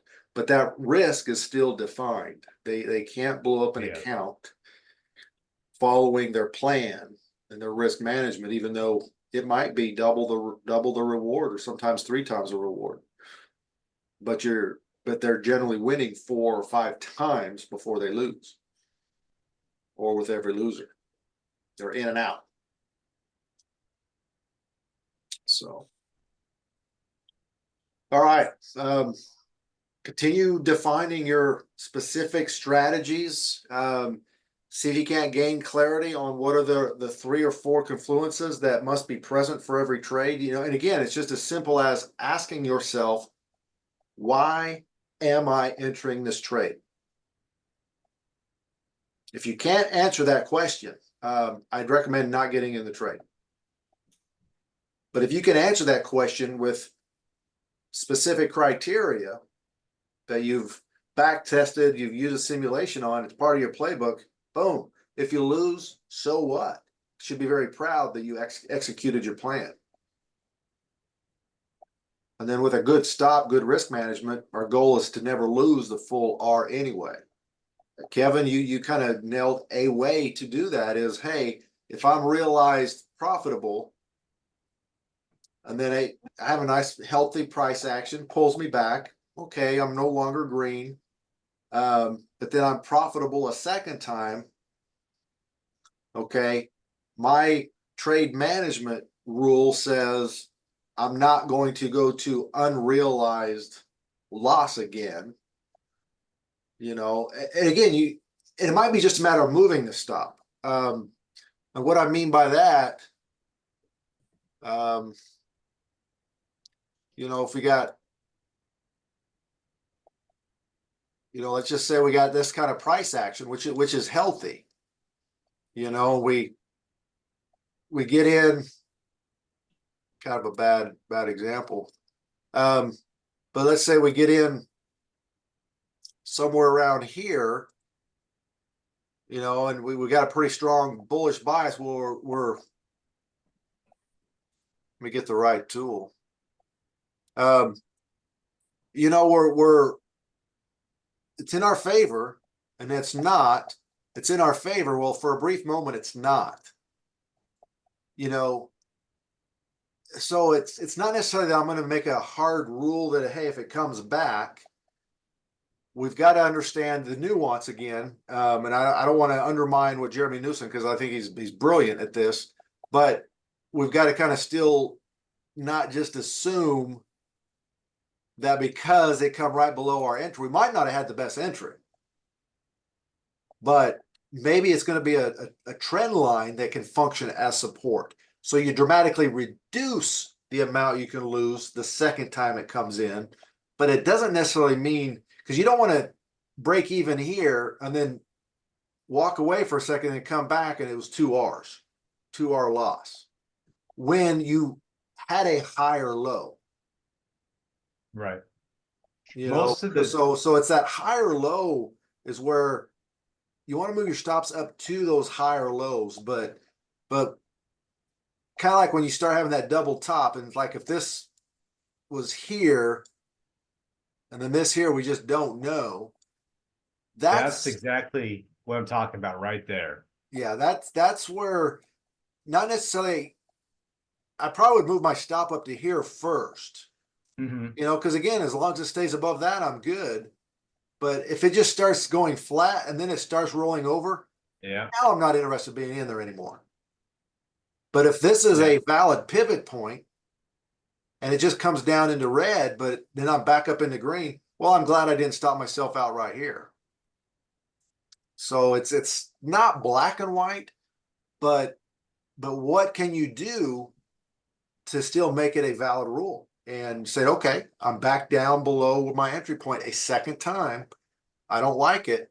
However, oh no, I've got excellent higher low at play here. So here's your new pivot point. So we come up here and basically right below that, we've got us a new stop. You know, and then once it's back up here and takes out this high here, now we're looking at, okay, at least now I'm guaranteed I'm not going to lose. And then, but we'd expect higher lows again and higher highs. And then as long as that's the case, you can stay in the trade indefinitely. All right, we're going to wrap it up here. So Ninja was just an introduction. If you can, great. Eventually, I want to get you both to where you're comfortable with that. And then two, again, just continue your trading plan and define those confluences you're looking for to enter a trade. You know, what is that criteria? Closer to support, your risk or reward. Risk is support, reward is at resistance if you're long. Your risk is above resistance and your reward is near support if you're short. Do you have a good ratio with your risk to reward? You know, if you're 10 EMA, is your entry candle or your condition candle, is it relatively close to the 10 EMA and closer to support or resistance, depending if you're long or short? Number three, you know, if you like RSI, hey, if I'm going to go short, I want it to be in an overbought condition. If I'm gonna go long, I want it to be in an oversold condition. You know, those are. Price has been fairly bullish, seems like it's trending up, but it's not real aggressive, but volume is decreasing, you know, during the same time frame the price is going up. That's a divergence that is bearish, you know, things like that. So you have an edge when you're consistent and have a defined reason for getting it.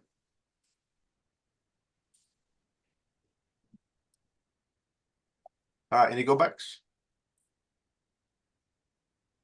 My brain is completely saturated. Awesome. Yeah. That's my Good as number well. one goal. Yeah. That's Well, my thank you, number Jake. one goal.